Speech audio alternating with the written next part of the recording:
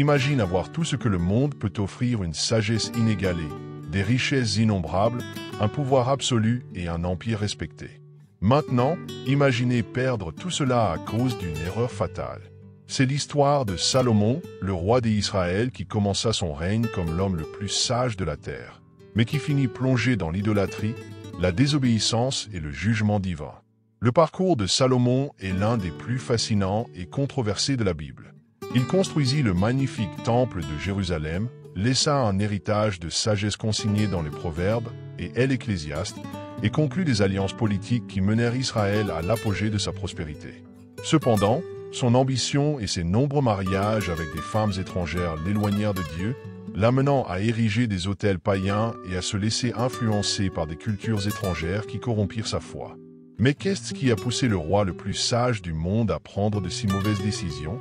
Comment quelqu'un qui a reçu la sagesse directement de Dieu a-t-il pu finir piégé dans le péché et la futilité? Et plus important encore, quelles leçons pouvons-nous tirer de cette histoire pour éviter de commettre les mêmes erreurs? Si vous vous êtes déjà interrogé sur la véritable signification du succès, de la fidélité et de la quête des richesses, la vie de Salomon apporte des enseignements précieux. Après tout, à quoi sert d'avoir tout si l'on perd l'essentiel? Préparez-vous à plonger dans une histoire pleine de gloire, de trahison, de repentir et d'une conversion tardive. Au final, vous réaliserez que l'histoire de Salomon ne concerne pas seulement un roi lointain du passé, mais aussi les choix que nous faisons tous au quotidien. Dès son plus jeune âge, Salomon portait en lui un destin grandiose. En tant que fils du légendaire roi David, il n'hérita pas seulement du trône d'Israël, mais aussi d'une immense responsabilité. Avant de partir, son père lui laissa un conseil crucial: suivre les commandements de Dieu pour assurer un règne prospère. C'était un avertissement clair: le succès de Salomon ne dépendrait pas seulement de la stratégie politique ou de la puissance militaire, mais de sa fidélité au Seigneur. Malgré son jeune âge, Salomon faisait déjà preuve d'intelligence et de discernement. Il comprenait que gouverner Israël n'était pas une tâche simple. Diriger le peuple choisi par Dieu demandait bien plus que des richesses et des alliances politiques. S'il fallait de la sagesse et la crainte du Seigneur. Ses débuts furent prometteurs, car il montra une disposition à écouter les conseils et à rechercher la volonté divine, une qualité essentielle pour tout leader souhaitant réussir. Son ascension au trône ne fut pas sans défi. Comme dans toute succession de pouvoirs, il y avait des rivaux prêts à prendre sa place. Cependant, Salomon agit avec prudence, consolidant son autorité et éliminant les menaces. Il ne s'appuyait pas uniquement sur son statut de fils du roi, mais aussi sur la promesse que Dieu avait faite à David que sa lignée gouvernerait Israël pour des générations. En prenant le pouvoir, Salomon comprit que sa mission dépassait le simple fait de gouverner. Il devait honorer l'héritage de son père et conduire Israël avec fidélité envers Dieu. Contrairement à de nombreux dirigeants qui tombent dans le piège de l'arrogance lorsqu'ils atteignent le pouvoir, il débuta son règne en recherchant la guidance divine. Ce fut l'une de ses plus grandes réussites initiales. Mais le pouvoir a une manière subtile de tester le cœur humain. Avec la couronne sur sa tête et la nation sous son commandement, Salomon devait choisir rester dépendant de Dieu ou suivre la voie de l'autosuffisance. Ses débuts furent marqués par de bonnes décisions, mais la question restait ouverte: parviendrait-il à maintenir cette attitude tout au long de son règne? Son nom signifiait paix, et en effet, Israël connut une ère de tranquillité sous son règne. Contrairement à son père, qui passa une grande partie de sa vie en guerre, Salomon régna dans une période de stabilité. Mais la paix extérieure ne garantit pas la paix intérieure. Et comme nous le verrons, son cœur allait devenir le véritable champ de bataille où se joueraient ses plus grandes luttes. Le début de Salomon fut brillant, mais la question qui demeure est la suivante: comment quelqu'un peut-il aussi bien commencer et pourtant si mal finir? La réponse commence à émerger dans le prochain chapitre de son histoire, le jour où Dieu lui apparut avec une offre inattendue. Le moment le plus marquant de la vie de Salomon s'est produit dans un rêve. Il était déjà roi, mais il savait que gouverner Israël ne serait pas une tâche facile. Une nuit, alors qu'il dormait, Dieu lui apparut et lui fit une offre extraordinaire: demande-moi ce que tu veux, et je te le donnerai. Imaginez cela, n'importe quoi. Beaucoup auraient demandé des richesses, la victoire sur leurs ennemis ou une longue vie. Mais Salomon surprit tout le monde. Au lieu de demander des biens matériels ou une puissance militaire, il demanda la sagesse pour gouverner avec justice. Il reconnaissait que sans discernement, il ne pourrait pas diriger un peuple si nombreux et complexe. cette requête plus profondément à Dieu. En récompense, le Seigneur lui donna non seulement une sagesse inégalée, mais aussi des richesses et de la gloire. Salomon devint l'homme le plus sage de la terre, et en bonus, l'un des plus riches. La sagesse de Salomon se manifesta rapidement. Son jugement le plus célèbre concerne deux femmes réclamant la maternité d'un bébé. À une époque où les tests ADN n'existaient pas, comment trancher? Dans un acte de génie, Salomon ordonna que l'enfant soit coupé en deux, une décision choquante. Mais il savait que la vraie mère préférait renoncer à son enfant plutôt que de le voir mourir. Ce fut un test d'amour véritable, et son jugement révéla son immense intelligence. Mais la sagesse de Salomon ne se limitait pas au jugement judiciaire. Il écrivit des proverbes et des réflexions sur la vie, abordant des thèmes tels que le travail, la discipline, la richesse et le comportement humain. Ces enseignements restent pertinents aujourd'hui, influençant les dirigeants, les entrepreneurs et ceux qui recherchent un développement personnel. Il comprenait que la véritable intelligence ne réside pas seulement dans l'acquisition du savoir, mais dans son application juste et efficace. Cependant, une question cruciale se posait: sagesse et obéissance sont deux choses différentes. Salomon avait reçu un don divin, mais cela ne signifiait pas qu'il était à l'abri des erreurs. La sagesse peut guider une personne, mais si son cœur n'est pas ancré dans la fidélité à Dieu, même l'homme le plus sage peut s'égarer. C'était le grand dilemme du roi. Il avait bien commencé, utilisant sa sagesse pour le bien de son peuple et pour glorifier Dieu. Mais parviendrait-il à conserver cette attitude au fil des années? Le problème de nombreux dirigeants n'est pas dans le début de leur parcours, mais dans la manière dont ils gèrent le succès. Et le succès de Salomon ne cessait de grandir. Son prochain grand projet allait illustrer cette réalité. Grâce à son intelligence, il rassemblerait des ressources, de la main-d'œuvre et des alliances politiques pour accomplir quelque chose de monumental, la construction du temple de Jérusalem. Mais cette œuvre grandiose n'apporterait-elle que des bénédictions, ou bien commencerait-elle déjà à semer les graines de défis futurs? Salomon savait que le temple de Jérusalem ne serait pas un simple bâtiment. Depuis l'époque de Moïse, la présence de Dieu se manifestait dans le tabernacle, une tente sacrée. Désormais, Israël avait besoin d'un lieu permanent pour adorer le Seigneur. David lui-même avait rêvé de construire ce temple, mais Dieu avait décidé que cette mission reviendrait à son fils. Salomon accepta cette responsabilité et se consacra pleinement à cette œuvre monumentale. Pour construire le temple, Salomon ne ménagea aucun effort. Il recruta des milliers d'ouvriers, d'architectes et d'artisans qualifiés. De plus, il établit des alliances politiques stratégiques, notamment avec le roi Hiram de Tyr, qui lui fournit du bois de cèdre du Liban, l'un des matériaux les plus précieux de l'époque. Chaque détail fut précisément planifié et la construction dura 7 ans. Le temple était magnifique. Ses murs étaient recouverts d'or pur et son intérieur contenait des objets sacrés d'une valeur inestimable. Dans le Saint des Saints se trouvait l'arche de l'Alliance, où la présence de Dieu se manifesterait. Ce n'était pas simplement un édifice, c'était le centre spirituel d'Israël, un symbole de l'alliance entre Dieu et son peuple. C'était un moment historique, et Salomon était à l'apogée de son règne. Lorsque la construction fut achevée, Salomon organisa une grande cérémonie de consécration. Il offrit des milliers de sacrifices et fit une prière impressionnante, demandant à Dieu d'habiter en ce lieu et d'écouter les prières du peuple. En réponse, un événement extraordinaire se produisit, le ciel s'ouvrit et la gloire de Dieu remplit le temple. C'était la confirmation divine que cet endroit était sacré. L'impact du temple alla au-delà de la religion. Il renforça Israël en tant que grande puissance, attirant des visiteurs et des dirigeants de nombreuses nations. De nombreux rois et reines vinrent admirer par eux-mêmes la grandeur de l'édifice et la sagesse de Salomon. La reine de Saba, par exemple, fut émerveillée non seulement par la richesse et le savoir du roi, mais aussi par l'ordre et l'organisation de son royaume. Mais, comme c'est souvent le cas avec les grands empires, la gloire peut cacher un danger invisible, l'arrogance. Avec le temple achevé et Israël au sommet de sa prospérité, Salomon commença à étendre ses projets. Il ne s'arrêta pas à la construction du temple, fit bâtir des palais, des forteresses et des villes entières. Son pouvoir et sa richesse ne cessaient de croître. Mais dans cette abondance de richesse et de grandeur, gardait-il encore sa dévotion intacte? Le temple représentait la fidélité d'Israël envers Dieu. Mais le cœur du roi, autrefois si attaché au Seigneur, commençait à se tourner vers d'autres directions. Son prochain objectif serait d'accumuler encore plus de richesses et de pouvoir, plus que tout autre roi avant lui.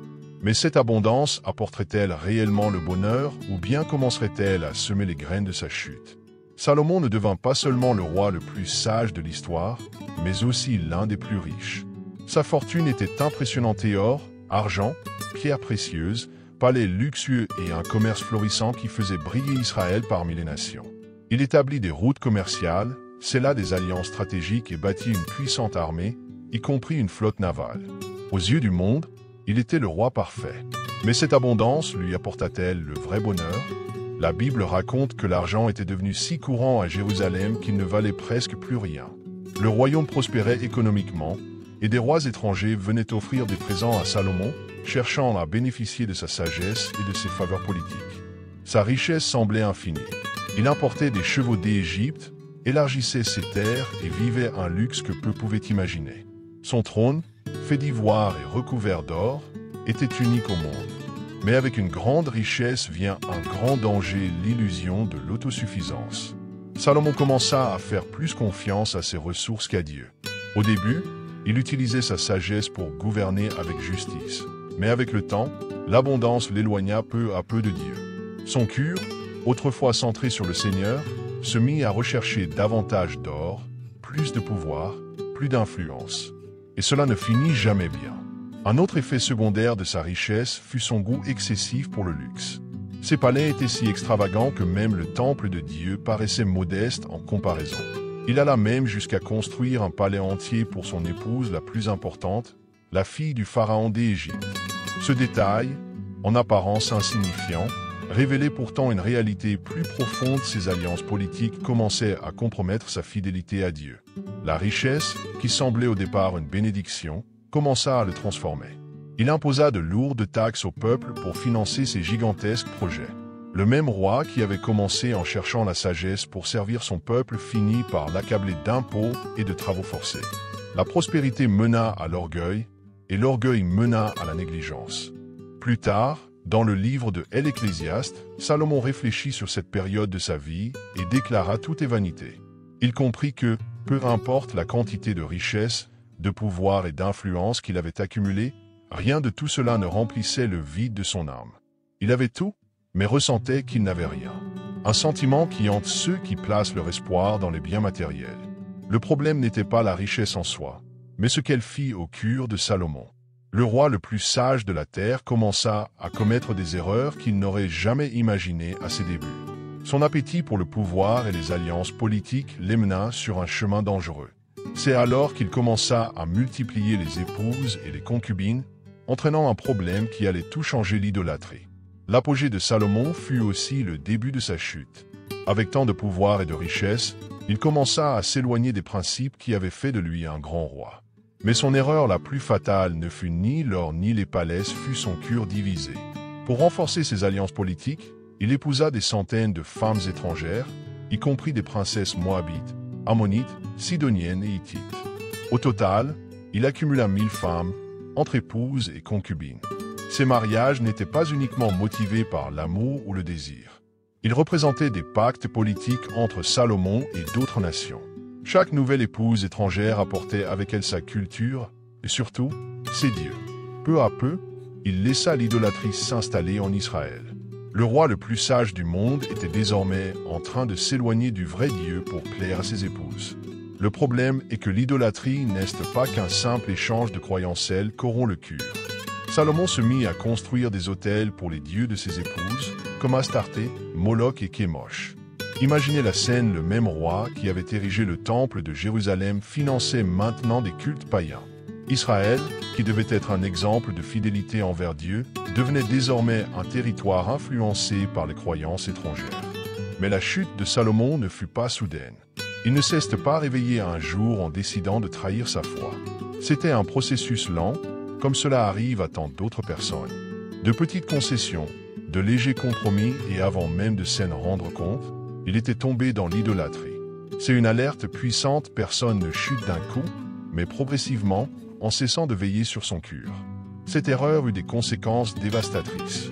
Salomon, autrefois référence en matière de sagesse, donnait désormais un exemple dangereux pour le peuple. Si le roi lui-même ne respectait plus Dieu, pourquoi le peuple devrait-il lui obéir? La corruption spirituelle s'étendit à tout Israël et l'identité du peuple choisi commença à s'effriter. Le péché d'un dirigeant ne l'affecte jamais uniquement lui-même, mais a toujours un impact sur toute une nation. Le pire dans tout cela, Salomon savait qu'il avait tort. Il connaissait les lois de Dieu et les avertissements donnés à Israël. Pourtant, il choisit de les ignorer. Sa soif de pouvoir et d'influence l'aveugla sur ce qui était réellement important.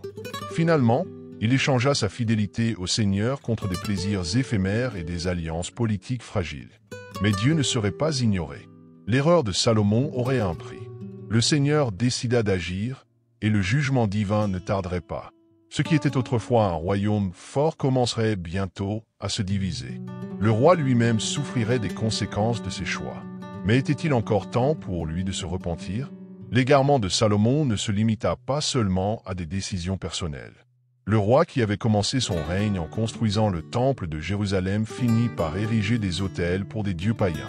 Non seulement il permit à ses épouses de vénérer d'autres divinités, mais il finit lui-même par participer à ces rituels. Ce fut un acte de totale désobéissance envers Dieu. Parmi les pires exemples, on trouve les cultes à Moloch et Kémosh, qui incluaient des sacrifices humains. Le même roi qui avait reçu la sagesse directement de Dieu tolérait désormais des pratiques abominables en Israël. En voyant le comportement de leur souverain, le peuple commença à s'éloigner de la vraie foi. L'égarement d'un dirigeant finit toujours par corrompre une nation entière. Salomon n'était plus le même homme. La proximité avec Dieu, qui caractérisait le début de son règne, fut remplacée par une indifférence spirituelle. Il ne cherchait plus l'orientation divine, ne priait plus comme avant et semblait faire plus confiance à ses alliances politiques qu'au Dieu qui l'avait placé sur le trône. Son cœur s'endurcit à cause du péché. Le problème n'était pas seulement l'idolâtrie extérieure, mais aussi l'idolâtrie intérieure. L'idolâtrie commence dans le cœur avant de se manifester dans les actions. Pour Salomon, le véritable Dieu qu'il servait pouvait être le pouvoir lui-même. Il pensait pouvoir préserver son influence en jouant selon les règles du monde, en acceptant des divinités étrangères pour maintenir de bonnes relations politiques.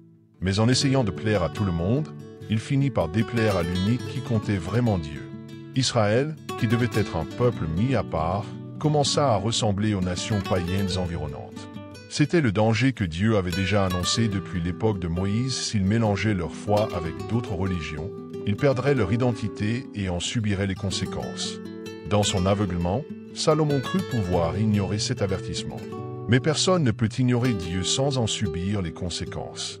Le Seigneur avait été patient, mais l'heure du jugement approchait. Le règne de Salomon allait bientôt subir un coup qui changerait Israël à jamais. L'avertissement divin était clair, l'infidélité a un prix. Si ce message vous a parlé, n'oubliez pas de vous abonner à la chaîne et d'activer les notifications pour continuer à recevoir des réflexions puissantes comme celle-ci. Partagez cette vidéo avec quelqu'un qui a besoin d'entendre ce message et laissez un commentaire en expliquant ce qui vous a le plus marqué dans l'histoire de Salomon.